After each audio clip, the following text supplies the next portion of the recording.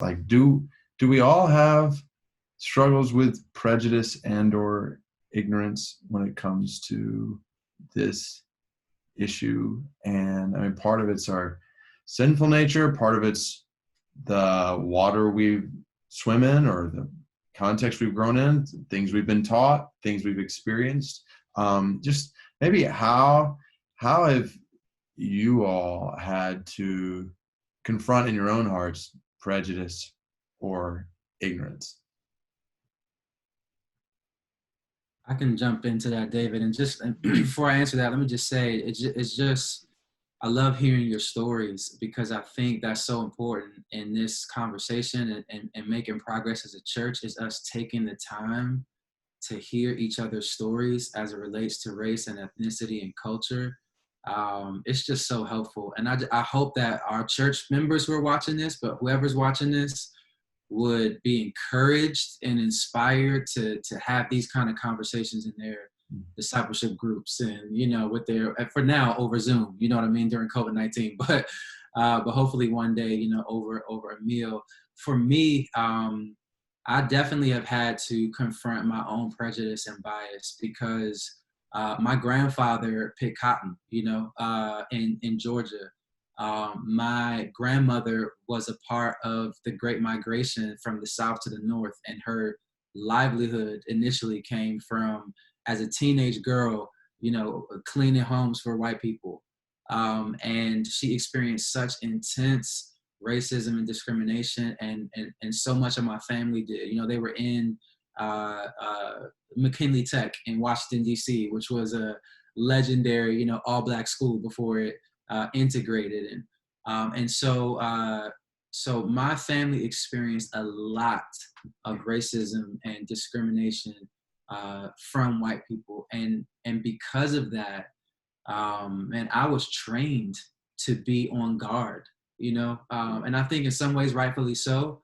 But I internalized that, and as I moved into a world that in some ways, was a little bit different than, well, certainly different than how my grandparents came up, but even somewhat different than how my parents came up, I carried that skepticism and just dislike, to be honest with you. And it was not until I graduated from college, I had my first job with Luis Palau Association. He's in the back, kind of like, we call him the Latino Billy Graham. And I remember going around with him and the team there. And I distinctly remember one time being in a very wealthy, older white person's home and standing there. They were so nice. And I remember thinking, not saying it, but thinking, you're being nice to me, but you don't want me here. And that was a journey for me of beginning to see how deep, I basically believed that all white people are racist. And it was just a journey, through relationships and just confession and the Lord doing work on my heart to free me, from that. And it doesn't make me naive about the reality of ongoing racism in the world, but some of y'all on here are white, and you're great. You're awesome people, and we're family, and that wouldn't have been able to be the case for me, 15 years ago.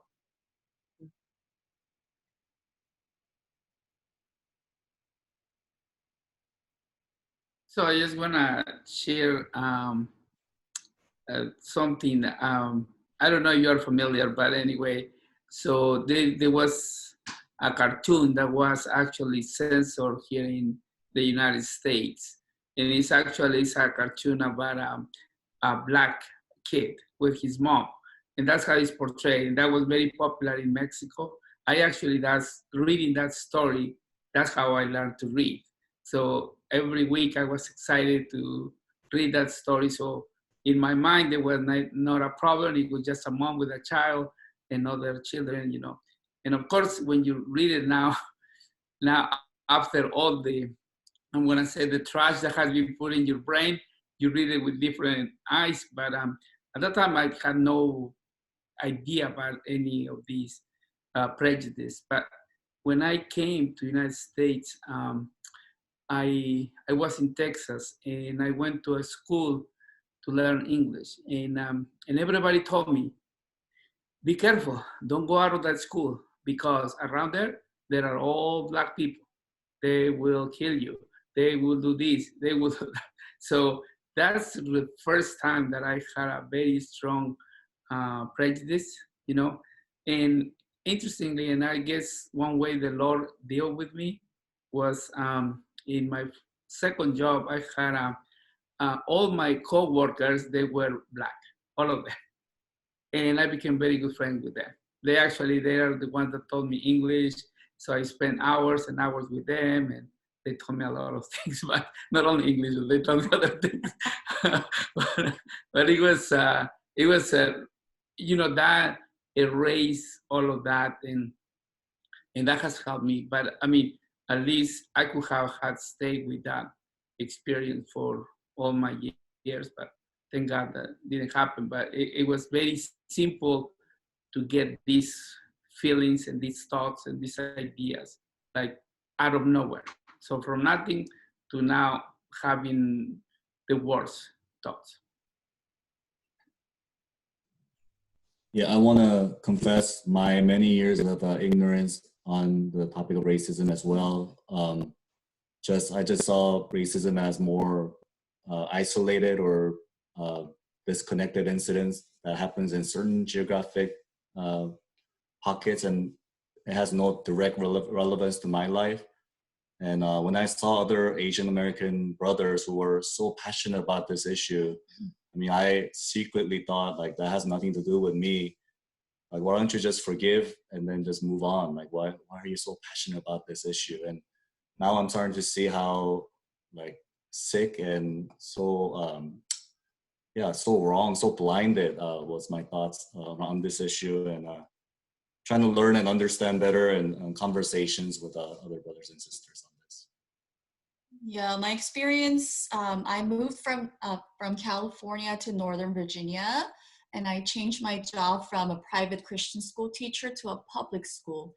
And now having Latino immigrants as my own students, I think this has really opened my eyes to see their incredible pain and their day-to-day struggles. And I'm just so ashamed at my past ignorance towards the Latino race and other races. And I have grown in myself so much more empathy and have been advocating for some of these inequities and prejudice and racism that they're facing right now. And I even hear so many hurtful stories of injustice and racism that some of my Latino students are telling me, who's actually working under Asian American business owners. And this evident racism and hurtful stories between these two minority groups are really heartbreaking for me personally.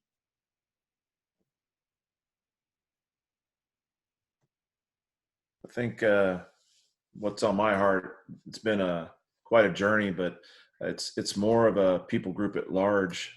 All the time in the military, spent a lot of time working against radical Islam. And so followers of Islam, I became pretty jaded. And even as a believer in the military, it was really hard for me to just, I don't know, to care while I was over there, overseas in various places. But God's done a great work in my heart. And so it's one of those things where now when I see them, like my guard's lowered, and I do care about where they are at spiritually. But there was many years where I have to admit that just didn't pop up in my first couple thoughts. And I was more prone to be suspicious. And yeah, it's heartbreaking. And it's just one of those things, again, I think environmental, how it can shape you. If you see friends constantly killed by one people group, you can become pretty skewed. So yeah, I'm still growing there, but definitely I also think of what DJ said with John 13. I love the fact that that will confound the wisdom of men, because it makes sense. I could rationalize it from man's point of view, but to reach out to them and share the gospel with them and the hope we have in Christ, I think that's what it's all about. Mm-hmm. Thanks for bringing that up. It's one of the things, even as we were putting this time together, and as it relates to even walking through Psalm 133 as a church and having you all share different things. And yeah, that's one perspective that's not represented even as much on this call. Just I think about all the brothers and sisters in our church from the Middle East, just with Arab backgrounds. Like it's yeah, and particularly then all the military families in our church, and people who walked similar journeys that you've walked. That's huge to really evaluate what's going on in our hearts there. It's pretty powerful. Yeah, I want to ask if I could, DJ, you and Mike, you guys have been on a journey kind of together for since before I even knew you guys. Could you guys give us a little bit of a glimpse into just that in your own hearts and what that journey's looked like and how that's affected you just personally in relationship with each other?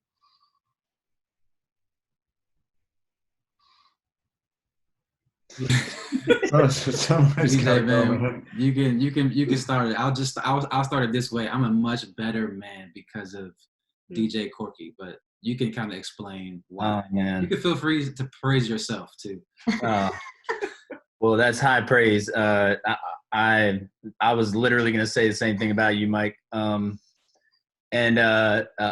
start kind of by answering the last question just real fast. But I have to confess that I think that most of my prejudices manifested themselves due to socioeconomic situations as opposed to skin color.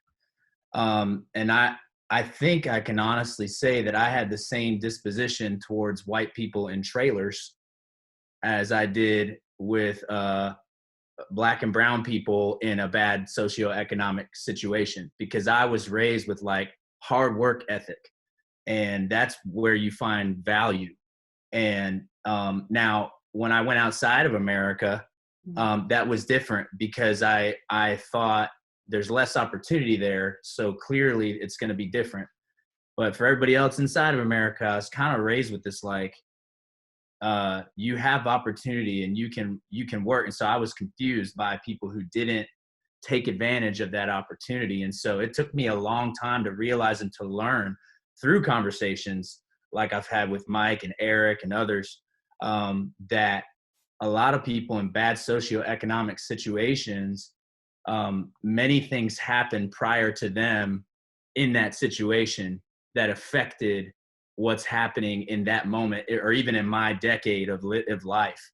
And that's been helpful for me in just my journey, as the Lord has been weeding out prejudice in my heart. So the conversations are so helpful. Mike has been a constant, patient, and initiating relationship in my life. And I'll start there on initiation, is that somebody has to move first. And we can argue all day about who that needs to be and what's fair about who moves first, but somebody has to move first. And so I first encourage you that, like, from my own experience, Mike moved first. And he told me, knowing my background and my love for the outdoors and hunting, fishing, shooting, and all that, he said, "Hey man, the next time you go shooting, I want to go with you. Like, I just want to experience it." And so, as luck would have it, we drove. It was like it was like so far away, and so we had a lot of time in my Ford Ranger old pickup truck. And I gave my wife my GPS coordinates because I was just like, I don't know, going out here shooting with all these white people. well, you don't get signal out there, so it wouldn't even have helped you. But basically, it was so helpful for me because I can honestly say it was the first time where not only did someone initiate wanting to, because I always wanted to have the conversation. I was just scared to. Honestly, I was afraid I was going to say the wrong thing. I didn't know if I was going to say the wrong words, if I would destroy relationships or whatever. But I wanted to learn, and people like Mike and Eric have helped me to feel safe to ask those questions. And it's been life-changing. And so long story short, we had a great several hours drive back and forth. And Mike did a great job shooting. I was really proud. But there was a moment, and Mike, I don't even know if I ever told you this. There was a moment though where we were driving there, and I've driven that road so many times, and there's a couple different ways that you can get there.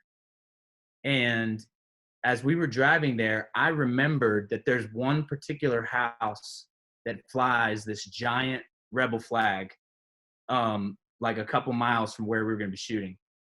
And I took a different road because I wasn't sure how that would make you feel. One, hardly knowing, hardly knowing me at the time, but two, just knowing that might set off some real concern. And so that was one of the first times where I think that I understood the alarm that goes off when those histories are brought up. And so lastly, in that conversation, the two things that I learned that really, really helped me was one, where I was raised, to look at incidents like what happened to Ahmaud Arbery, not intentionally by my parents, but it just wasn't emphasized or talked about why this is happening and all that. But where I was raised, not to really think about Ahmaud Arbery's situation being connected. Everything's isolated. And so you look at the way that I always thought was everything's distinct and isolated, and everything has its own details, its own facts, and you look at it objectively, right? What I realized after talking with you is every single one of these situations is actually tied to decades of pain and history. It's tied to history. And for me, it wasn't. And so that helped me connect the dots on just a lot of emotions that were happening. And then two, another thing that was really helpful as I talked with you is that you rarely ever hear the phrase the white community, but you hear the phrase the African-American community all the time. I was raised to think as an individual responsibility, individual everything. And I started to realize that many African Americans are raised with a sense of community. And so just like when a white conservative American sees someone's Second Amendment rights being infringed in Washington State or wherever, there's a community sense of, if it happens there, it could happen here. So I need to, and I started to connect the dots of like, wow, race issues is something that the African American community connects on. And if it can happen in South Georgia, it can happen here. And it was just really helpful for me. So I know I talked a lot, but that just a couple high notes. Man, that's so good. And I mean, you brought up a really good example. When Ashley knows this, when we go on vacation and we drive through town, if we see, a Confederate flag somewhere, that we know, okay, or at least the feeling we have is like, don't stop at those gas stations. You know what I'm saying? Let's make sure that tank is full. In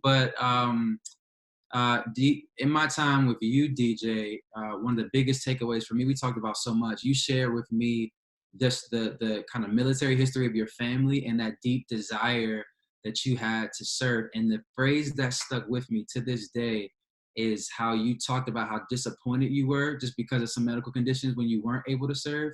And you said, I felt like I wasn't able to fulfill like my duty to serve. And that struck me so hard because I just never had thought about it that way, as like my duty to serve the United States of America. Because even though both of my grandfathers were veterans, it was a very different experience and a different way of thinking for them. I mean, they went and they served, but then they still came back as Black men, facing racism and segregation. And so that kind of patriotic, like military, pride was new to me. But for the first time, it was humanized for me. And it helped me so much, especially pastoring the church in the DC area where there's so many people, men and women, who serve, and families who have to send their family members to serve. So that was one thing that was huge for me. And then secondly, you talked about your brother. who's law enforcement, and shared with me a really scary story, about one of the situations that he went through. And it just dawned on me.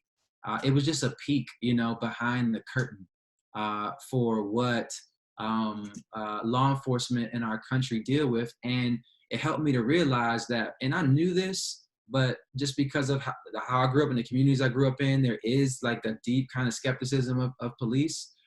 I knew that there were good police officers out there for sure. I mean, there were good police officers in my church growing up. But I think I realized in that moment, you know what? If there's anybody that should be angry about police officers that abuse that privilege and honor and authority, it should be police officers who take that responsibility to protect and serve seriously. And there's so many people like your brother and so many people in our church who take that seriously, and they're doing God's work, and it's sacred work. And so those were two things for me that it helped me so much, man. Like, it made me a better dude, a better guy, a better Christ follower, but it really, really helped me to be a better pastor too. Because it just gave me context that I just hadn't had, before. And I think what I want to say in that to people who are watching is, change in these areas of race and justice, they don't stop at just our interpersonal relationships, because there's much more that we need to do than just talk, right? But a lot happens in the context of those relationships, because our prejudices are exposed, and the truth and reality of another person's situation just kind of deconstructs some of those assumptions. And then God has an opportunity to reconstruct something new, something that's built on truth, and that's built on love and empathy and compassion. And I think that positions us to then together look out in the world and address some of these issues, in practical ways.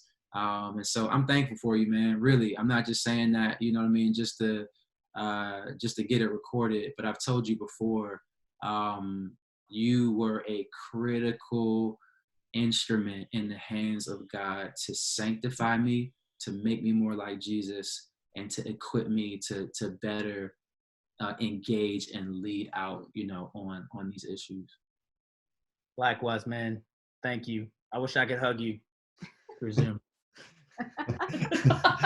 Yeah, it's pretty, like, as you were saying that, Mike, like right before you said that last statement, I thought, it's pretty awesome. Like, both of these brothers look more like Jesus as a result of diving into the conversations we're having right now and the implications for our lives and our families and for our church. Like, and then you were like, and I look more like Jesus. Like, yes, and it's evident. It's evident, I would say, in both you brothers' lives.